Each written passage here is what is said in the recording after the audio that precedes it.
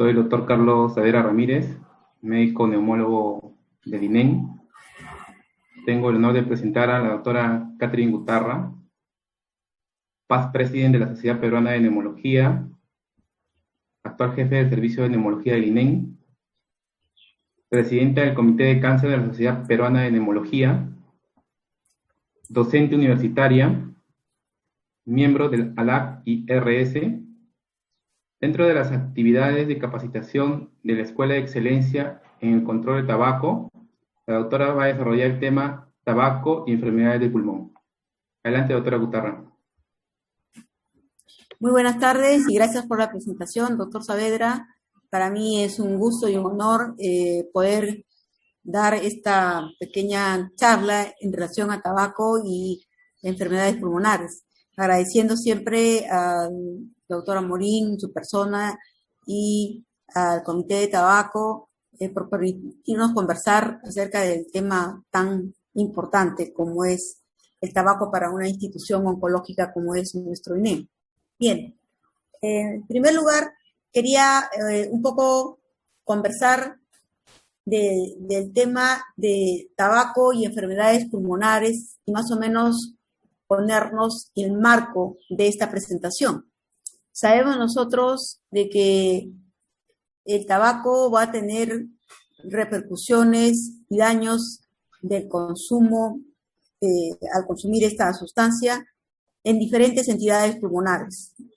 Va a estar asociado, y vamos a ver a lo largo de esta charla, el tabaco y la implicancia que va a tener en el COVID-19.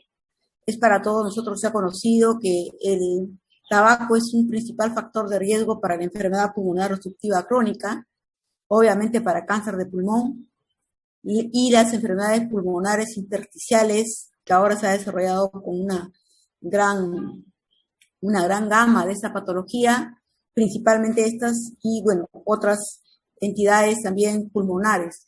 Por ejemplo, está muy relacionado el tema de que los pacientes con asma bronquial tienen, cuando fuman, exacerbaciones más frecuentes que las personas que no fuman.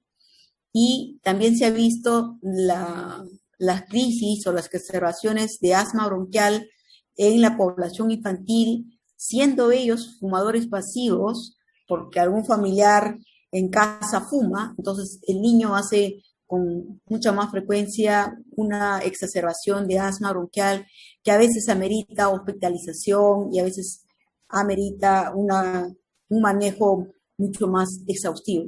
De tal forma que tabaco sí tiene repercusiones en la parte de la vía aérea inferior que se tiene que manejar en forma importante. Entonces, estamos en estos momentos, en la época de la pandemia que estábamos, lo ha decretado, y queríamos un poco conversar cuál es la relación que va a tener el tabaco y el tema de la pandemia. Cómo es que la pandemia va a afectar a las personas fumadoras. Y para ello quiero presentarles una de las primeras imágenes del Centro de Ingeniería de Sistemas de la Universidad de Hopkins en enero del 2020, donde se tenía apenas 2.000 casos de pacientes diagnosticados con coronavirus, principalmente en todo lo que es Wuhan, ¿no? En Hubei, y casi no había muchos pacientes con fallecidos, ¿no? Un número pequeño de fallecidos. ¿Qué estamos viendo hoy en los pacientes? ¿No? El total de fallecidos eran de 56 en ese momento, en esa toma de foto. El día de ayer, ¿no? Se puede, y ustedes pueden observar en la pantalla, Johns Hopkins informa, tenemos 119 millones de casos a nivel mundial. Miren ustedes el impacto que ha tenido el coronavirus, siendo 29 millones aproximadamente en Estados Unidos y 11 millones en Brasil y en la India. de los casos globales a nivel mundial. Y lo que nos llama a la reflexión es que tenemos en el mundo 2.651.442 muertes, de lo que habíamos visto hace exactamente más de 1 año y 2 meses. Eso es lo impactante que tiene esta enfermedad. Pero aún más, Johns Hopkins ha hecho una evaluación más acuciosa para poder evaluar en esta pandemia cuál es el impacto de la mortalidad del coronavirus, ¿no? Y estamos observando en esta esquina de la diapositiva de que el 12 de marzo han habido en el día, solamente el 12 de marzo, han fallecido a nivel mundial 9.855 por coronavirus, 9.000 en un solo día, ¿no? Casi 10.000 personas por coronavirus. Entonces, sí tiene impacto esta enfermedad. ¿Y cómo va a impactar en el tema de las enfermedades respiratorias y además de las enfermedades respiratorias de las personas que están fumando? Este es ya el estudio que se ha hecho de la estructura del coronavirus, la famosa proteína Spike, ¿no? Que cada vez se está estudiando más, en forma mucho más detallada del coronavirus. Y como habíamos mencionado, el tabaco es una de las principales causas de los pacientes que tienen enfermedad pulmonar obstructiva crónica. Para poner en autos el enfoque de esta enfermedad pulmonar obstructiva crónica, que es producida principalmente por el tabaco y también por otras sustancias como el humo de leña, pero hay 2 grandes estudios a nivel mundial. El BOLT, que es un estudio que se ha hecho a nivel de Europa, donde han encontrado la prevalencia de EPOC más o menos del 10.1%, siendo ligeramente mayor en hombres, en un 11%, y en mujeres está en 8%. Y el estudio ya conocido por todos nosotros, que es el estudio latino, que se ha hecho en países de Latinoamérica, donde la fluctuación de la prevalencia del EPOC va de 7.8% a un 19.7% que se hizo en Uruguay. ¿Cuál es lo importante de esta patología? El EPOC a nivel mundial tiene un subdiagnóstico y esto probablemente va a estar en relación directa con la mortalidad que tiene este grupo de pacientes, ¿no? Obviamente los pacientes con EPOC sí tienen un tema de morbilidad, van con frecuencia a los hospitales para que manejen sus crisis o exacerbaciones y obviamente se desarrolla conforme el paso de los años, entonces van a tener una morbilidad incrementada. Pero el EPOC, según el GOL, que es la guía para el manejo del EPOC a nivel mundial, habla de que el EPOC es una enfermedad que se puede prevenir y se puede tratar. Ya por nosotros es conocido que el EPOC tiene síntomas respiratorios importantes que van a limitar el flujo aéreo. Estos síntomas importantes del EPOC va a variar tanto si el paciente es más bien un bronquítico crónico obstructivo, que va a caracterizarse por tos, versus un paciente enfisematoso, que va a caracterizar su sintomatología por disnea, ¿no es cierto? Estas anormalidades que vamos a ver posteriormente que se producen en la vía aérea va a ser causada específicamente por partículas, por gases nocivos y en particular, en el momento que estamos hablando, por el humo de tabaco. El EPOC ya es para nosotros un problema de salud pública. Se está incrementando a nivel global los factores de riesgo, la polución, el consumo de tabaco y otras sustancias, pero además también estamos viendo el impacto del EPOC por el mayor envejecimiento de nuestra población.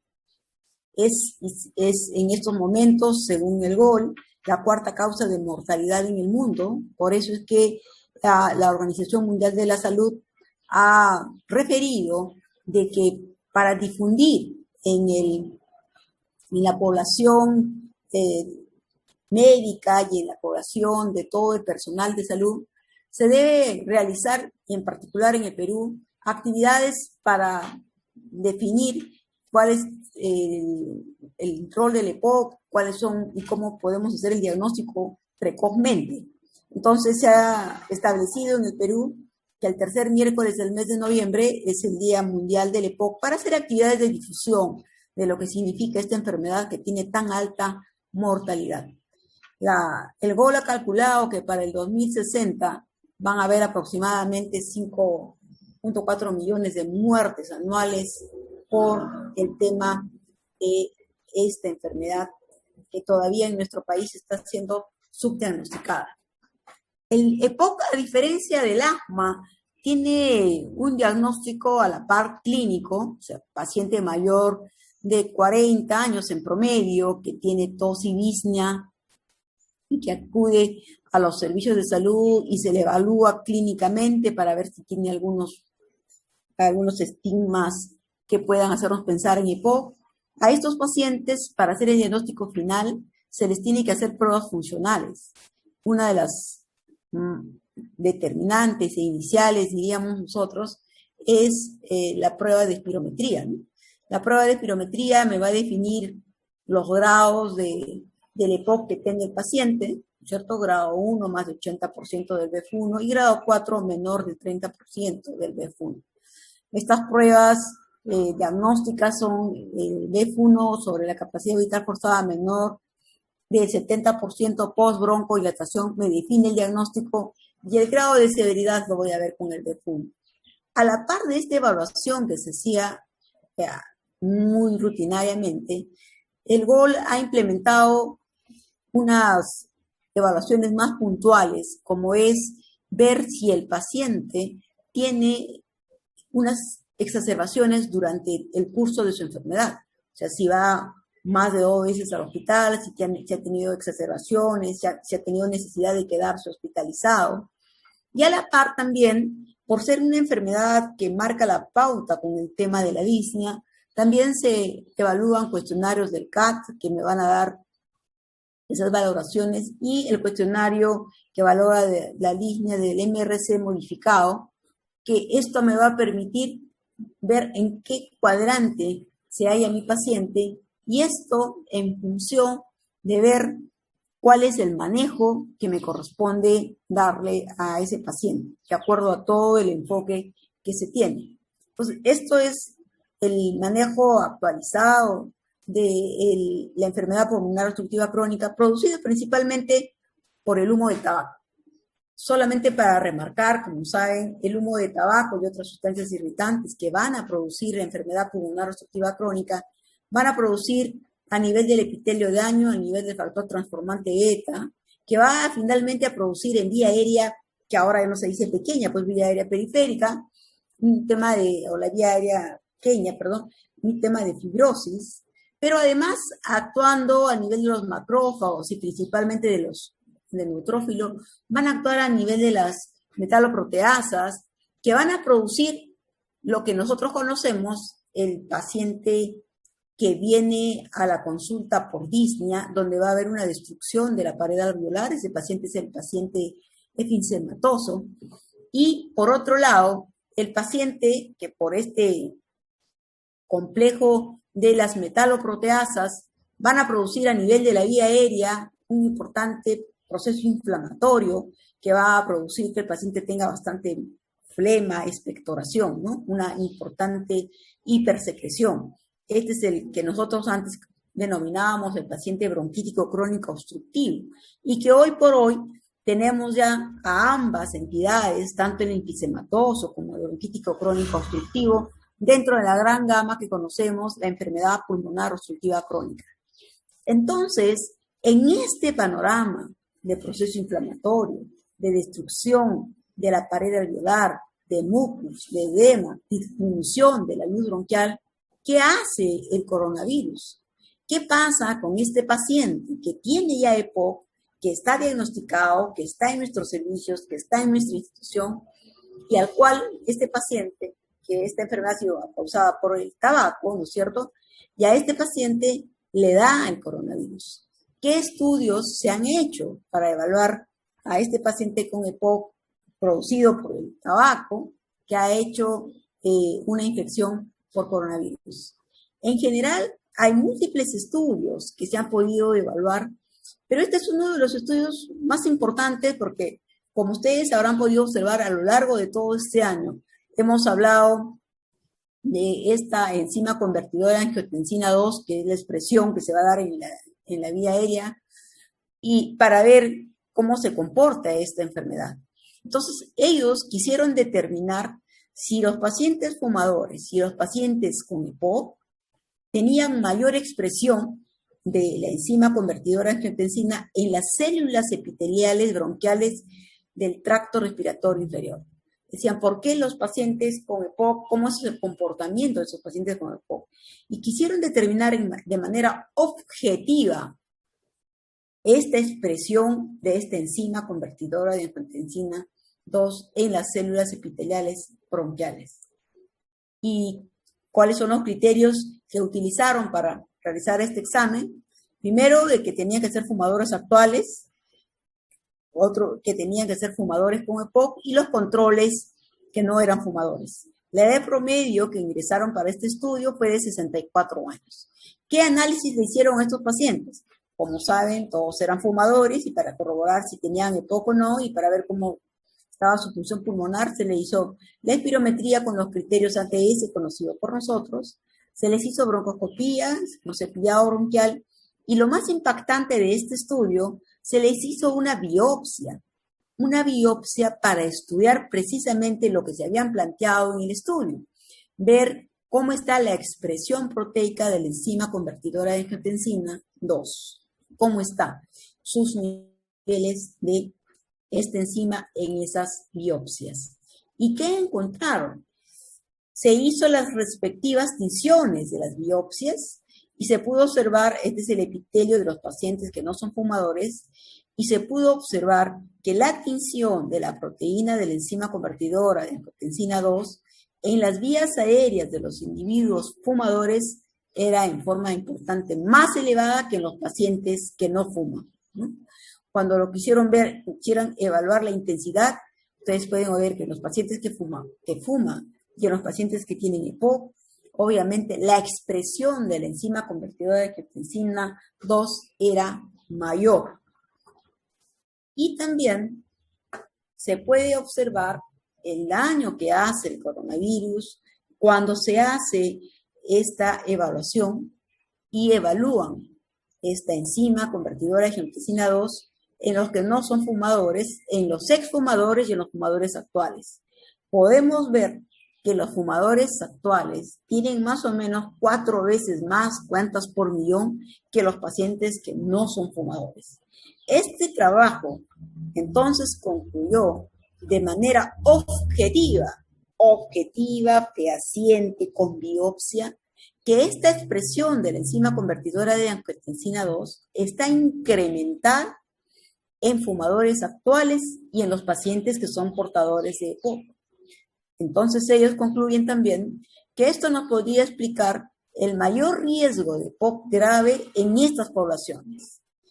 Esto concluyen ellos y hacen la reflexión que se debe destacar y se debe difundir en todos los pacientes fumadores la importancia de dejar de fumar, ya que este trabajo ha sido realmente objetivo.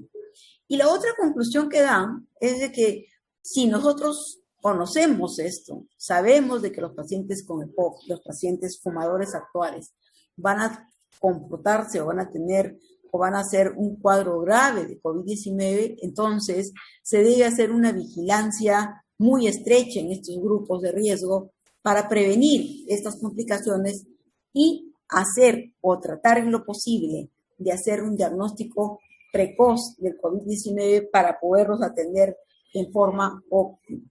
Ese es uno de los trabajos importantes que nos ha parecido en forma objetiva por qué los fumadores y los pacientes con EPOC hacen estas formas severas de COVID-19. Este es otro trabajo también que evalúa la prevalencia de los pacientes con EPOC y fumadores, ¿no? Es una revisión sistemática y metaanálisis que nos pareció importante para evaluar los riesgos potenciales de severidad y mortalidad en los pacientes con EPOC que son fumadores actuales y que tienen EPOC. Eso es la importancia de este trabajo. Se realizaron un número importante de evaluaciones, de artículos que se recopiló, se hicieron la exclusión de algunos, se incluyeron alrededor de 2.473, de los cuales 58, un 2.3% de pacientes tenían EPOC, y los fumadores que hicieron COVID-19 era de 9%. En realidad es un estudio bastante minucioso, exhaustivo, que querían evaluar estos datos, es una revisión sistemática, y ellos evaluaron dentro de la prevalencia de los fumadores actuales, que ellos encontraron 9%. Por eso, nuevamente, hacen hincapié de que sí, pues, ¿no? Se está trabajando y se está viendo este tema. También analizaron en el estudio, sobre todo en Pucuán, la severidad de los casos de los fumadores actuales. Y de 137, ¿cierto? 12% de casos severos, 29 de 172, un 16.9%. Importante, que va de la par y de la mano con el estudio anterior, ¿no? Entonces, los fumadores actuales, en los 8 estudios, 22.30%, y en los 3 fumadores, 46%. Lo que es relevante de este estudio es en relación a la mortalidad.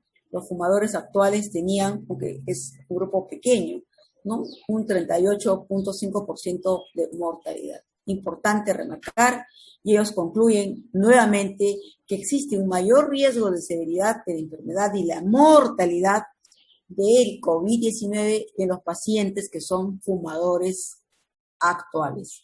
Y recomiendan que se debe realizar medidas preventivas para reducir el riesgo de COVID en esta población de riesgo, fumadores actuales y pacientes con EPOC.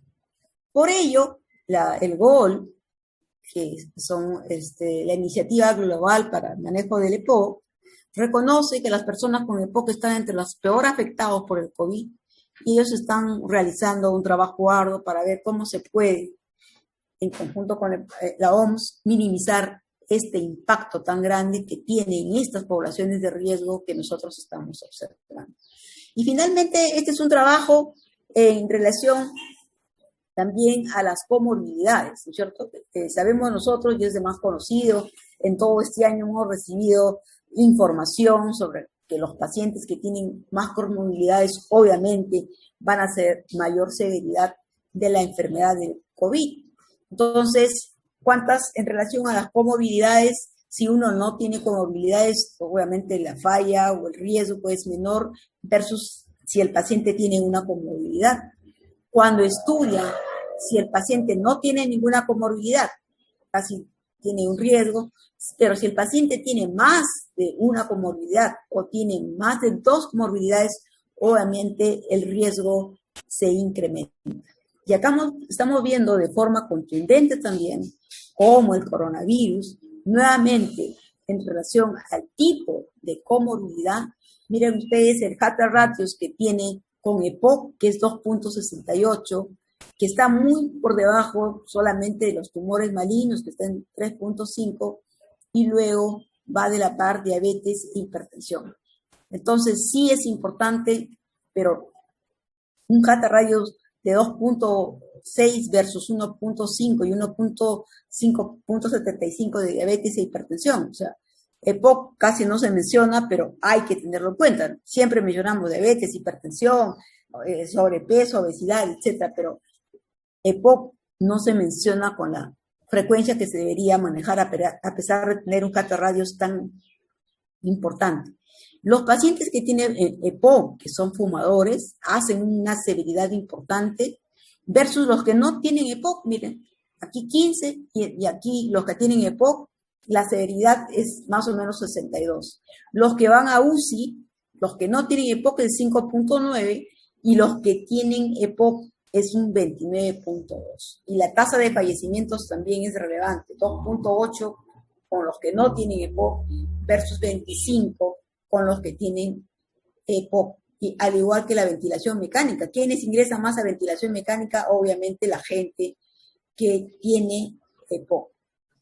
Entonces ellos concluyen que los casos de COVID y alguna comorbilidad no tienen muy buen pronóstico. A mayor número de comorbilidades, obviamente los resultados clínicos son más pobres, ¿no? Entonces, ellos recomiendan que cuando hay un paciente que tiene una comorbilidad, se debe hacer una evaluación exhaustiva de esta comorbilidad en particular, se debe hacer una estratificación muy pormenorizada del riesgo y luego del ingreso hospitalario se debe hacer un monitoreo muy cercano de estas poblaciones que tienen alto riesgo de morbilidad del EPOC. Bien, estamos hablando del EPOC, pero también decíamos que el tabaco produce cáncer. A lo largo de las actividades del comité de tabaco se han mencionado y se ha hablado mucho de cáncer de pulmón. Yo solamente quiero mencionar la relación importante que hay en relación a lo que es EPOC y cáncer de pulmón, y que hay alguna literatura, sobre todo la literatura del CHES, dice de que el EPOC podría ser el predecesor de un paciente con EPOC y que deberíamos de un paciente con cáncer, perdón, y que deberíamos de tener un monitoreo muy cercano de los pacientes que tienen EPOC para de repente en algún momento detectar algunos cambios y estudiar el tema de cáncer de pulmón. Esta transformación que hay entre EPOC y cáncer por diferentes vías sí está siendo cada vez más estudiada, ¿no? Sabemos nosotros que en cáncer en general, el tabaco en general produce una serie de tipos de cáncer que van a estar en relación con el número de mutaciones, ¿no es cierto? Cáncer de pulmón, 6, el escamoso, 8 y el adenocarcinoma en 7 mutaciones. Entonces sí hay que tener en cuenta estas mutaciones que van a ser producidas por el humo de tabaco en lo que es cáncer de pulmón. Pero hablamos de que el tabaco sí es un factor de riesgo para producir estas diferentes entidades pulmonares. Pero ¿por qué? Si los pacientes, a pesar de que saben que el tabaco produce una serie de enfermedades, produce diferentes tipos de cáncer, produce EPOC, produce exacerbación de asma, produce enfermedades intersticiales, etcétera, ¿por qué los pacientes siguen fumando? Probablemente porque tienen una dependencia social, psicológica, pero sobre todo química. Hoy por hoy se habla de la dependencia química en los pacientes que fuman. Esta necesidad, esta adicción que tienen los pacientes que fuman está dado justamente por esa necesidad bioquímica que tienen estos pacientes. Este es uno de los que nosotros con frecuencia conversamos, que la nicotina, al ser una droga psicoactiva y al ser una adicción para el paciente, va a ingresar y va a llegar rápidamente al cerebro, especialmente al núcleo de accumbens, donde va a producir la sustancia de dopamina que se va a segregar a nivel de todo el organismo, y eso va a producir en el paciente una sensación de bienestar y de placer. Y cada vez, al ser esto una adicción, va a necesitar tener mayor necesidad de consumir un mayor número de cigarrillos. Entonces, últimamente se ha estudiado y se está estudiando a los receptores nicotínicos. Sabemos nosotros que existe un sinnúmero de receptores nicotínicos. La nicotina se une en el cerebro a los receptores nicotínicos, sobre todo al receptor nicotínico alfa 4 y beta 2. Y como les decía hace un momento, se libera dopamina, que proporciona sensaciones de bienestar, placer y tranquilidad, y el paciente va a sentirse bien, por lo tanto va a seguir fumando. Y cuando el paciente deja de fumar, van a aparecer lo que conocemos los síntomas de abstinencia, dentro de ellos irritabilidad, temblor, estreñimiento, insomnio, y que va a necesitar un programa de apoyo para que pueda superar esto. Entonces, esto es lo que nosotros sabemos. Sabemos que esos receptores existen, sabemos que la nicotina va a llegar a esos receptores para producir esa sustancia. ¿Qué se ha avanzado? Estamos solamente en el estudio de estos receptores nicotínicos o se está avanzando más?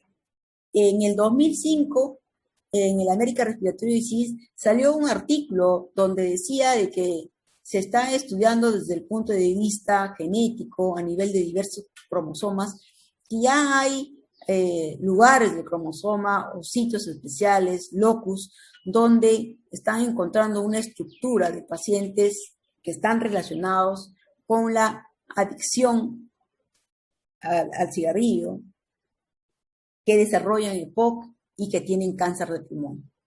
En realidad, ese estudio del 2005 fue solo de 32 pacientes, que se les hizo el seguimiento, se les hizo el estudio, se les hizo toda la evaluación, primero para corroborar los temas de adicción, se les evaluó con el test de Ferguson, luego para evaluar el tema del EPOC con todos los criterios de la ATS, BF1 sobre capacidad vital forzada menos del 70% post-broncodilatación, y para lo del cáncer pulmonar con las biopsias. Se corroboró y se vio, pero solo quedó en un pequeño estudio. Entonces, ¿qué se ha avanzado o qué se está avanzando en relación a eso?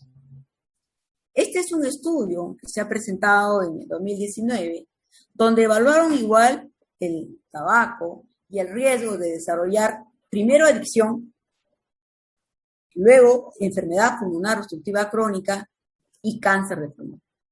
En realidad es un estudio bastante minucioso, bastante amplio, pero sobre todo desde el punto de vista genético, que hicieron y estudiaron de forma muy pormenorizada esta parte de la biología genética, molecular y celular. Y ellos comprobaron y vieron que querían saber si este paciente tenía y por qué se desarrollaba, dónde estaba el sitio que hacía de que exista, que tenga su adicción, que tenga EPOC y que tenga cáncer. Así más o menos como esa revista del 2005, ese artículo que fue un grupo pequeño. Ellos encontraron y observaron, nosotros tenemos los receptores de acetilcolina, los heterómicos, que habíamos hablado que son los receptores nicotínicos, a los cuales se adosa la nicotina preferentemente, que son los receptores de acetilcolina heteroméricos, alfa 4, beta 2, que es lo que habíamos conversado, que es lo que habíamos visto, que está en relación con el tema de la adicción. Pero ellos también estudiaron otros receptores de acetilcolina, que son los homoméricos, como el alfa 9 y el alfa 10 y el alfa 7. Bueno, esta es la fisiopatología por los canales de calcio, sobre todo el F7. ¿Qué encontraron? En realidad es un estudio bastante amplio, pero ellos encontraron de que habían variantes de estos receptores nicotínicos y la regulación positiva de los receptores nicotínicos estaban involucrados, esta variación de estos receptores nicotínicos estaban involucrados tanto en que el paciente sea adicto, porque no todos los que son adictos tienen EPOC, que el paciente tenga EPOC o cáncer de pulmón, ¿cierto? Estudiaron esta parte. Y en particular, la nicotina, a través de este estudio que hacen, a través de la regulación positiva de este receptor nicotínico alfa 7, eso es lo que ellos han encontrado, induce la transformación completa de las células epiteliales bronquiales. En realidad, son estudios que se están encontrando para poder corroborar y ver lo que les mencioné al inicio de ese estudio de hace años, solamente de 30 pacientes, ahora ya con una gama mucho más amplia de la corroboración de estos receptores nicotínicos. Y lo que decían es para tratar de enfocar a nuestro paciente y darle tratamiento a esos pacientes de una manera más adecuada. Estudiaron, y esto ya solamente lo voy a repetir porque probablemente ya se ha mencionado en alguna de las reuniones, en relación al cromosoma 15q2415, donde sí lo que queríamos nuevamente remarcar es lo que se está encontrando, ¿no es cierto? La dependencia nicotínica, el EPOC y cáncer de pulmón. Por eso dicen, ¿no? O sea, que hay que ver una relación realmente peligrosa en este tipo de pacientes en los que se debería de estudiar. Esto es en relación a los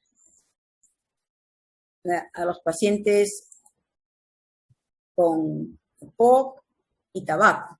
Finalmente, solo para mencionar dos palabras en relación a las enfermedades pulmonares y la relación que van a tener con las enfermedades pulmonares intersticiales asociadas al tabaco. En realidad, en esta presentación del año pasado hay una gama de entidades intersticiales que son producidas por el humo de tabaco. Esto se está estudiando en particular con la neumonía intersticial descamativa, con la combinación de fibrosis pulmonar y enfisema, la bronquiolitis respiratoria. Sabemos nosotros, solamente dos palabras para mencionar, cuando hablamos de patología intersticial en nuestros pacientes, lo relacionamos a tabaquismo y la sintomatología es diferente. El paciente viene por disnea. Cuando nosotros evaluamos al paciente tiene los dedos clavin, pero lo que nos marca la pauta en este grupo de pacientes es cuando ponemos el estetoscopio y escuchamos unos ruidos especiales que se llaman velcro-rales, y el diagnóstico lo hacemos por la tomografía axial computarizada de alta resolución, donde se va a poder diferenciar la gama de patrones de imagen de tomografía que nos va a poder decir que es una neumonía intersticial de diferente tipo. Y se corrobora, se va de la mano con las pruebas funcionales que podamos hacerles a estos pacientes.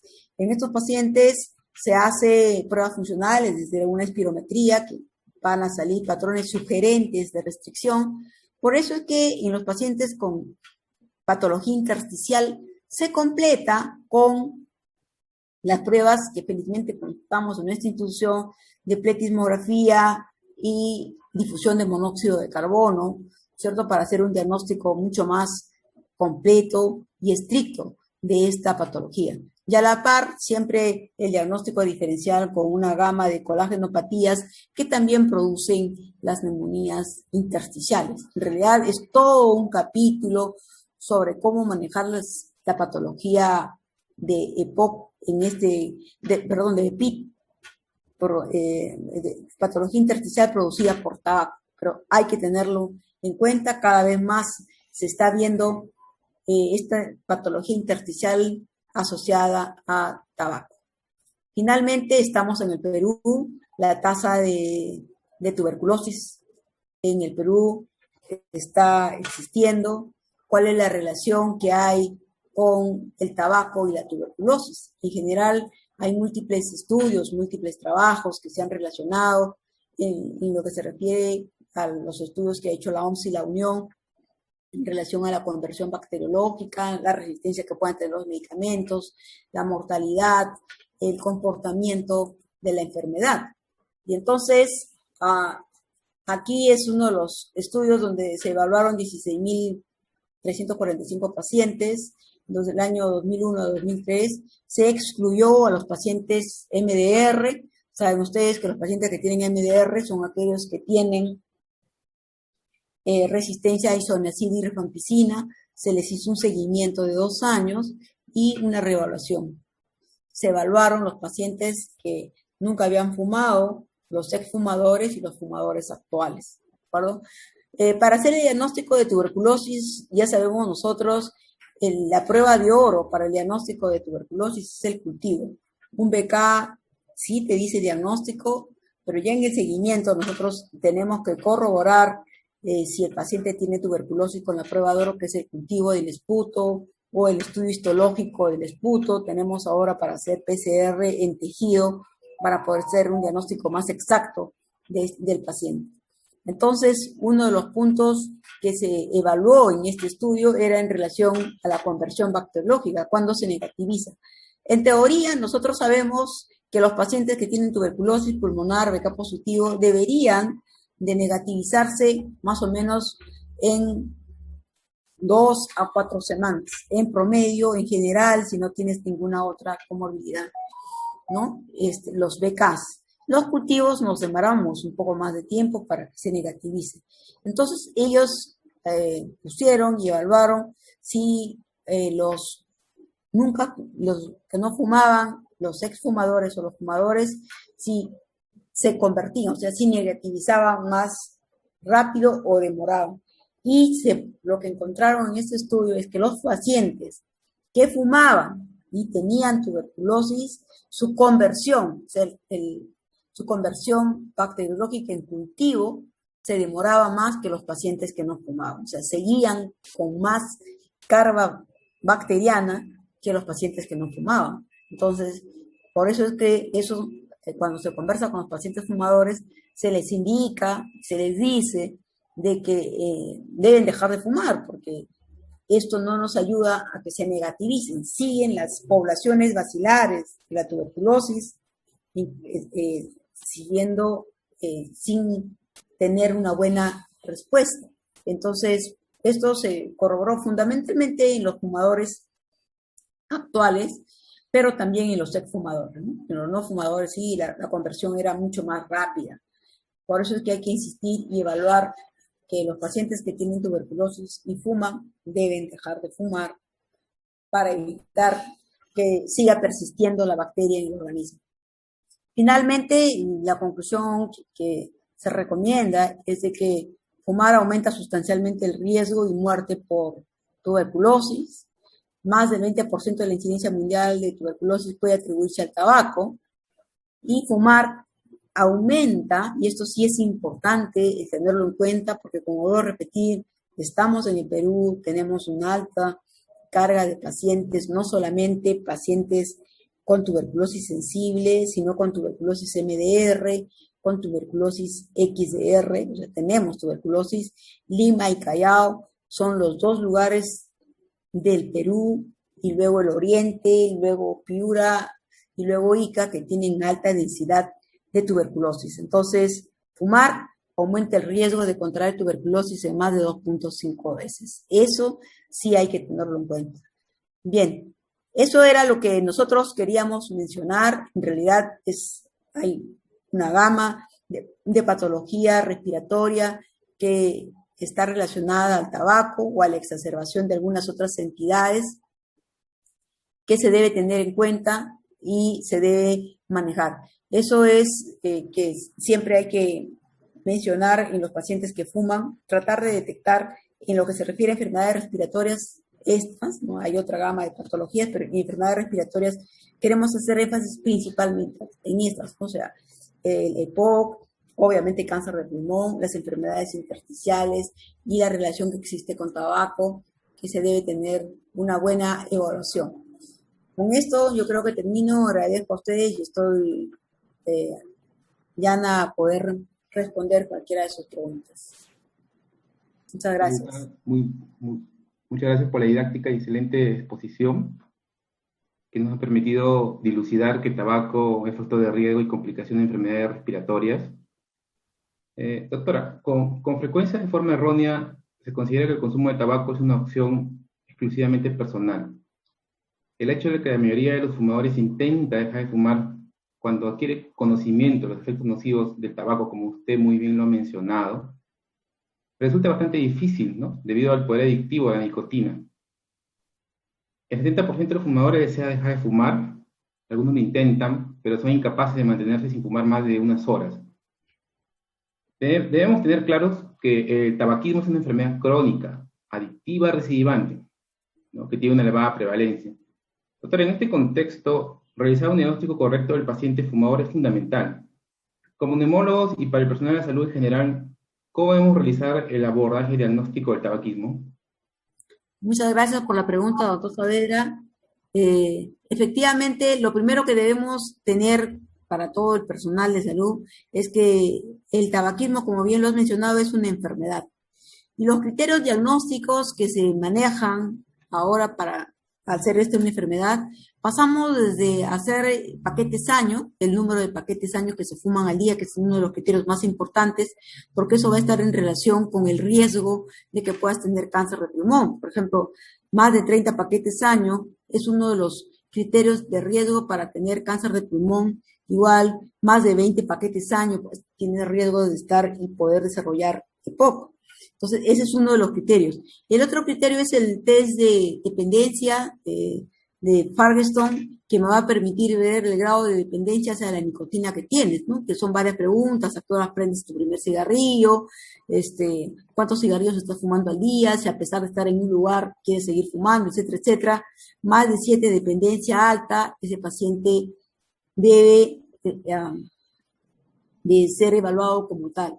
Tenemos también el test de Richmond, que te evalúa la motivación que tienes frente al tabaquismo, y el test de Prochaska y Clemente, que es un test que se trabaja mucho en relación de evaluar en qué etapa se encuentra el paciente con tabaquista que estamos evaluando, ¿cierto? Si se encuentra en la etapa de precontemplación, en la etapa de contemplación, si no quiere dejar de fumar, si ni siquiera piensa, ni siquiera se acerca, o si ya está en una etapa de que sí, que quiere dejar de fumar. Entonces, el test de Prochaska y Clemente nos va a ver en qué etapa se encuentra el paciente y cómo lo puedo ayudar, ¿cierto? Si ni siquiera el paciente está en precontemplación, ni siquiera piensa en dejar de fumar, de repente solamente un poco de literatura, consejos, ¿no es cierto? Pero si ya está pensando, ya decidió su día D, decidió que quiere dejar de fumar, sí, ahí justamente el equipo de tabaco multidisciplinario que hay en la institución estaría llano a trabajar para que este paciente deje de fumar, si ya está listo. A la par de eso, hoy por hoy tenemos las pruebas de cotinina, una de las más sensibles, que es la que se hace en orina. Tenemos también en saliva, perdón, en sangre, es la mejor. Tenemos en orina y también tenemos en saliva, ¿cierto? Son diferentes pruebas de dosaje de cotinina que se hacen para saber si el paciente está fumando. La cooximetría, que nos va a permitir medir el monóxido de carbono que tiene el paciente, ¿cierto? Y eso me va a permitir el grado de severidad o compromiso que tenga.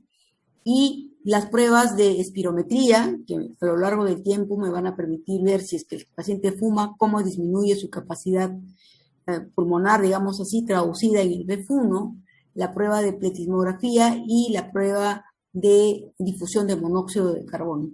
A la par de ya cuando hay cosas muy puntuales, hacerle dosaje de gases arteriales y la evaluación por cardiología, que también tienen que hacerle su electro.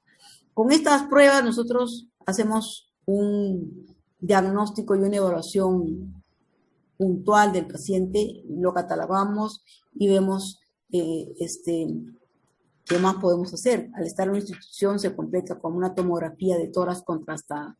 Más o menos ese es el enfoque que se tiene que dar para hacer un diagnóstico bastante exquisito, diría yo, para poder dar después el segundo paso, ¿no? El tratamiento, que es un tratamiento conductivo-conductual, y a la par del tratamiento farmacológico, ¿no? Porque no puede haber un paciente que no tenga el apoyo de terapia psicológica, de psiquiatría y de todas las multidisciplinas que tenemos, ¿no? Eso es parte de la recuperación, porque como usted dijo, doctor, efectivamente muchos pacientes quieren, pero solamente lo tienen en la necesidad, pero si no tienen este equipo, este apoyo cognitivo, si no tienen este apoyo farmacológico, etcétera, a veces el paciente fracasa. Ok, doctora, muchas gracias. Gracias. Bueno, tenemos un par de preguntas del público asistente, todavía nos quedan unos minutos. La primera pregunta, doctora, que le hacen es si existe algún perjuicio para la salud el cigarrillo electrónico.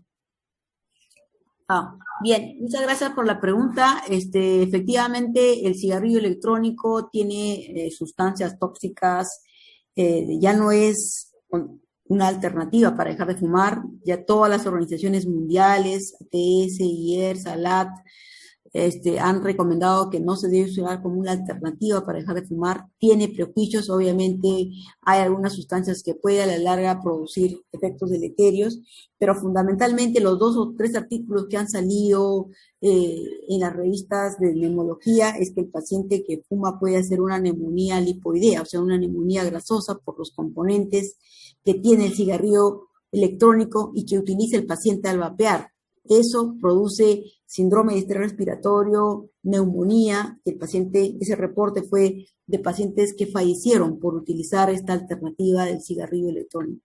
Sé que la industria lo vende de todos los sabores, de todos los colores, y cada vez están tratando de llegar a la población adolescentes, pero creo que se debe tener en cuenta que existen ya muertes producidas por el humo de los cigarrillos electrónicos, y también el riesgo que se tiene de tener elementos cancerígenos, ¿no? O sea, no debería ser una alternativa, se debería de prohibir, y en eso se debería ser un poco más enfático. Y para, bueno, finalizar de las preguntas que han hecho, hay una que coincide, que dice si un paciente, ¿qué riesgo tiene un paciente asmático de desarrollar EPOC? No sé si me podría aclarar este tema, que, bueno, han coincidido dos participantes, ¿no? Ok. El paciente asmático no controlado, ese paciente que solamente utiliza su salbutamol y no utiliza el corticoide inhalado, llámese beclometasona, budesonida, cualquier corticoide inhalado que se utilice, cuando no está controlado tiene riesgo de hacer una alteración del árbol bronquial, o sea, una distorsión de la arquitectura y producir una limitación crónica del flujo aéreo. Entonces, y se los trata como EPOC funcionales, ¿no? O sea, si el paciente con asma es bien controlado, como debe ser, el controlador para los pacientes con asma son los beta-2 de acción prolongada más un corticoide inhalado, porque el asma es una enfermedad inflamatoria. Entonces, el tratamiento y la piedra angular para el asma son los corticoides inhalados, que hoy por hoy se pueden dar una sola vez al día, con un broncodilatador de acción prolongada, que es mucho más fácil para el paciente con asma, porque antes teníamos que dar cada 6, cada 8 horas. Hoy por hoy tenemos corticoides inhalados con beta-2 de acción prolongada que se dan una sola vez al día y le permiten tener una calidad de vida al paciente. Ese paciente bien controlado, con pruebas funcionales, con evaluaciones de sus cuestionarios, ese paciente va a tener una mejor calidad de vida. Pero el paciente que no se controla, el paciente que no utiliza regularmente su tratamiento controlador, que son, vuelvo a repetir, corticoides inhalados, a la larga, ese paciente se ha visto que la membrana basal en esos pacientes aumenta de espesor, de volumen. Esto hecho con biopsias de pacientes asmáticos a los cuales se le hizo estas evaluaciones, y se encontró que los pacientes no controlados tenían aumento de la membrana basal del epitelio bronquial, a diferencia de los pacientes que sí son controlados, donde la membrana basal no aumenta de su grosor. Hecho contundente que hace reflexionar a los pacientes asmáticos que sí deben utilizar su medicación como su médico le indica. Creo que no tengo unos minutos. Hay una última pregunta que dice: ¿cuál es la asociación o qué riesgo tiene el paciente de EPOC de desarrollar cáncer? Como habíamos mencionado, hay artículos que hablan de la transformación, de las vías de transformación del EPOC hacia el cáncer de pulmón. El Archivo de Bronconeumología ha sacado un artículo donde ellos han encontrado todavía en cifras muy bajas el riesgo de los pacientes con EPOC, sobre todo de los pacientes con EPOC, pero del fenotipo enfisematoso, que han desarrollado cáncer de pulmón. Entonces, por eso dicen que el EPOC podría ser la antesala del cáncer de pulmón, ¿no? O sea, sí existe ese riesgo, esa relación. Cada vez hay más estudios ya desde el punto de vista genético, funcional. Entonces, sí se debe tener en cuenta esa relación que hay, ¿no? Del EPOC con riesgo de tener cáncer de pulmón. Ok, doctora, muchas gracias. Creo que no nos queda más tiempo. A las 7 se concluye la actividad. Agradecerle nuevamente por la brillante exposición que nos ha dilucidado este riesgo del tabaco y las enfermedades respiratorias. Ok, muchas gracias.